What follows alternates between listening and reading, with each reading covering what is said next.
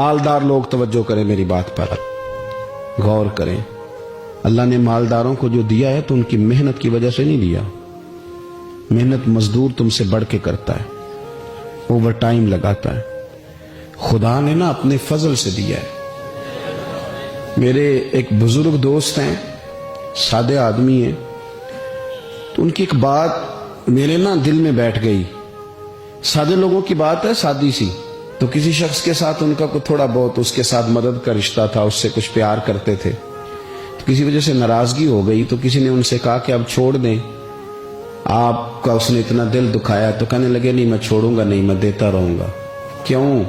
कहने लगे इसलिए कि मेरे दिल में बात बैठ गई है कि पता नहीं अल्लाह किदे नसीबा ना देंदा है।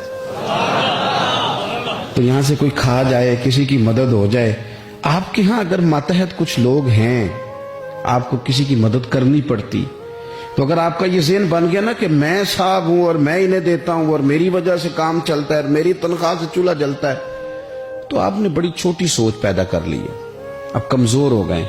अगर आपने ये सोच लिया ना कि मैं किसी को अपने ऑफिस से, अपनी मिल से निकाल दूंगा तो शायद उसे कहीं और नौकरी नहीं मिलेगी, तो आप छोटे आदमी। आपने कमजोर सोच रखी। हदीस पाक सुनेंगे तो दिल ठंडा होगा। इसे भी इमाम बुखारी ने लिखा है। हजरत मुसअब बिन साद रदी अल्लाह तआला अन्हु रवायत करते हैं कि एक मरतबा ना हजरत साद बिन अबी वकास रदी अल्लाह तआला अन्हु के दिल में ख्याल आया।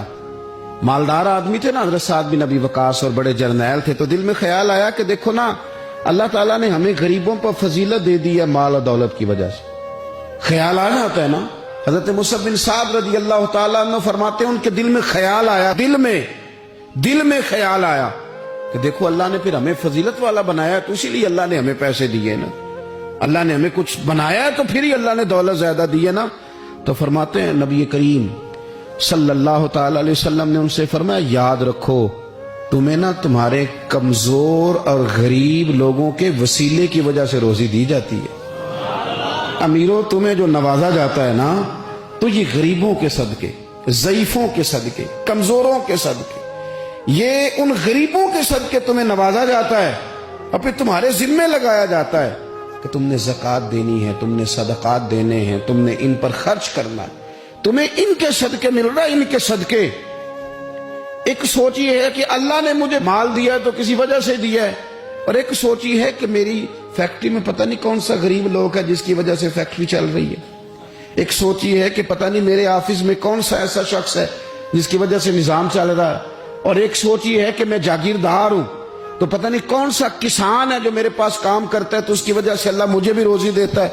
अगर ये ज़हन बन जाए, देखिए ना, ये कारीगर है और ये अच्छा निजाम चलाने वाला है, एडमिनिस्ट्रेटर बहुत अच्छा है, मैनेजर बड़ा अच्छा है, ये निकल गया तो खराबी होगी। एक जहन ये है। और अगर जहन ये बन जाए कि ये बंदा गरीब है, ये मजबूर है, ये तंगदस्त है, इसके छोटे छोटे बच्चे हैं और मुझसे तनख्वाह लेके जाता है तो इसका काम चलता है, अगर ये छोड़ के चला गया ना, तो हो सकता है जो इसके जरिए रिस्क आता है वो ना आए।